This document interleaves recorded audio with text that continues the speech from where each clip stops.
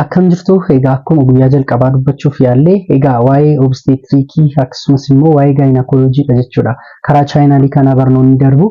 So dheengadda obstetriikiin damee fayyaa ta'e waa'ee pireegnaansii, chaayildi barzii akkasumas immoo postpartum piriidii kan qoratudha jennee dubbannee turre jechuudha.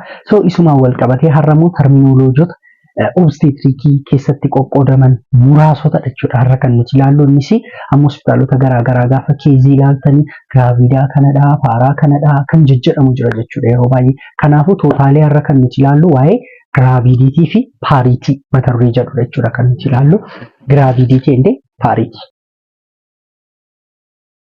So gravidity jechuun maal jechuudha? A number of times woman become pregnant jechuudha. A number of times woman become pregnant yookiin immoo si'a meeqa namni tokko yookiin dubartiin tokko ulfooftee beekti kan jedhu gravidity makama jechuudha. Egaa as biratti wanta isin adda baafachuu qabdanii whether the pregnancy is continuous or interrupted it will be included to gravida jechuudha. Yookiin immoo gravidaan abortionii ta'uu danda'a, dhalateera ta'uu danda'a, gadameessa keessatti du'eera ta'uu danda'a. Garuu si'a meeqa sexual intercourse raawwatamee fertilization gaggeeffameera kan jedhu qofa jechuudha. Graviditiin kan inni include ta'u. Kana jechuun namni tokko fakkeenyaaf mucaa tokko abortionii godheera, tokko di'eera, tokko immoo jalamiitu irratti miidhameera taanaan gravida meeqadha? 3dha. Inni lammatarraa primi gravidaadha. Primi gravida jechuun primiin tokko yookiin dursa akkuma jechuuti. Primi gravida jechuun eeuma who has been pregnant for the first time jechuudha. Yookiin immoo yeroo jalqabaaf nama maal ta'e ulfate immoo primi gravida jedhamanii kan isaan waamamanii jechuudha. Inni kan biraan multi gravidaadha jechuudha. Multi jechuun immoo akkuma baay'een keenya beekamu lamaa fi isaa ol jechuudha. Multi gaafa jedhamu. Kanaafuu lamaa fi isaa ol nama ulfaa'een immoo maal jenna? Multi gravida jenna jechuudha. Thank you. Inni kan biraan grand multi gravida kan jedhamu jira. Grand multi gravida jechuun immoo maal jechuudha? Baay'ee kan ulfoofte jechuudha. Kan jechuun maal jechuudha? Si'a 5 yookiin isaa ol kan ta'e immoo akkas jenneedha kan nuti waamnu jechuudha. Kanaafuu giraavidoonni akkasitti jechuudha kan isaan qoodaman. Giraavidiitii jechuun maal jechuudha inni? Giraavidiitii jechuun a number of times woman become pregnant jechuudha. Regardless whether the pregnancy is interrupted or continuous. Ulfichi itti hafuufu, haayifu, itti hafuufu saadhisus garuu si'a meeqa namni tokko ulfaa'ee beeka kan jedhu maal keessattidha kan inni include ta'u giraavidaadha jechuudha. Primi graavida jechuun immoo maal jechuudha? Excellent. Kan jechuun maal jechuudha? Si'a jalqabaaf nama maal ta'e ulfate. Inni maal jedhamee waamama? Primi gravida. Multi gravida jechuun immoo lamaaf isaa ol. Garuu meeqa gadi? 5 gadi jechuudha. 5 ol namni tokko ulfaa'ee beeka taanaan maal jedhama? Yes. Grand multi gravida. Grand multi gravida jedhamudha. Beekama jechuudha. Thank you. Graviditii xumurreerraa ammoo gara maaliitti dabarra? Gara paaraatti dabarra jechuudha. Paariitii jechuun maal jechuudha? Parity jechuun immoo maal jechuudha? A number of times woman gave birth which is greater than 28 weeks of gestational age. Kana jechuun maal jechuudha?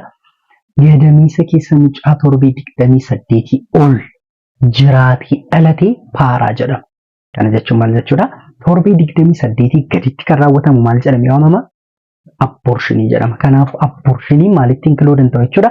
Paaritiitti include ta'u jechuudha. Abortionii maalittidha kan inni include ta'u? Giraavidaatti makama malee paaraa keessan seenu jechuudha. Paaraa tokkodha yookiin paaraa lamadha jechuuf dirqama mucichi torbee meeqa gadameessa keessa erga jiraate booddeedha kan inni ba'u qabu 28 ol jechuudha. Kanaafidha paaritii define gaafa goonu a number of times woman give birth greater than 28 weeks of gestational age jennee kan nuti ilaallu jechuudha. So akkuma kanaatti paaritii erga akkasitiin define goone primi paaraa jechuun immoo maal jechuudha? Si'a takka nama maal ta'e beeku? De'ee beeku jechuudha. De'ee of ulfaa'uun garaagaradha. Si'a meeqa? Si'a takkaa qofa kan deessee beektuuni primi paaraa jennaa jechuudha. Inni itti aanu maalidha? Multi paaraadha. Multi paaraa jechuun immoo lamaa fi isaa ol nama de'ee beeku. Inni sadaffaa immoo maalidha? Grand multi paaraa. Kana jechuun immoo maal jechuudha? Inni kan biraa immoo maalidha? Nalli giraavida. Nalli giraavida jechuun immoo namuma takkaa maal ta'e hin beeku. Nama takkaamayyuu ulfaa'ee hin beekne jechuudha. Tole ishii examplii waa'ee giraaviditiif paaritii wal qabatee examplii tokko haa hojjennu. Tole akkuma isin argaa jirtan maal jedha? Wayzaro Asteer is 28 years old mother who has 2 children that was delivered at home. She had 2 terminated pregnancy at 36 and 20 weeks because of unknown reason. She came to your MCH clinic for antenatal checkup today. She reported that her last normal menstruation period was it. Kana jechuun guyyaa marsaa laguu isheetii gaafuma jedhu maal taateetti dubartiin kun ulfooftee nu bira dhufteetti jechuudha. 1/1/2017 jedha. Kana jechuun maal jechuudha? Fulbaana tokko gaafa tokko 2017 jechuudha guyyaa marsaa laguu isheen dhumaa isheenitti argite. Kanaafuu gaaffiin jalqabaa maalidha? Waatti seer giraavidaa jedha. Gaaffiin lammataa waatti seer paaraa jedha. Paaraa meeqadhaa? Giraavidaa meeqadha dubartiin kuni kan jedhu jechuudha kan inni nu gaafatu. Kanaafuu giraavidiitiin maalidha? Definition isaa giraavidiitii jechuun a number of times woman become pregnant whether the pregnancy is interrupted or continuous. Ulficha gajee sagaliittaati adeemus ji'a lamattaa aborshiniis haa ta'u waan barbaadeyyuu haa ta'u maal kan ta'e jechuudha. Kan ulfaa'ame jechuudha giraavidaa jechuun. Paaraa jechuun immoo kan dhalate yookiin immoo kan maal ta'e jechuudha torbee 28 booddee ba'e jechuudha gadameessa keessaa. Torbee 28 gadi torbee 24 22 20 19 kan ba'e maal jedhama?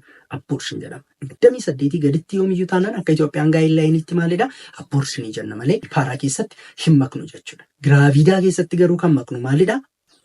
Maalidha giraavidaa keessatti kan maknu si'uma meeqa maal taatettee beektiidha? Ulfooftee beekti kan jedhudha jechuudha. So haa hojjennu amma kana giraavidaa meeqadha? Paaraa meeqadha jedha. Tokkoon isaa ilaallee giraavidaa meeqa akka isheen taate paaraa meeqa akka isheen taate haa deebisnu jechuudha. Baay'ee salphaadha. Suuta jedhaatii hordofa.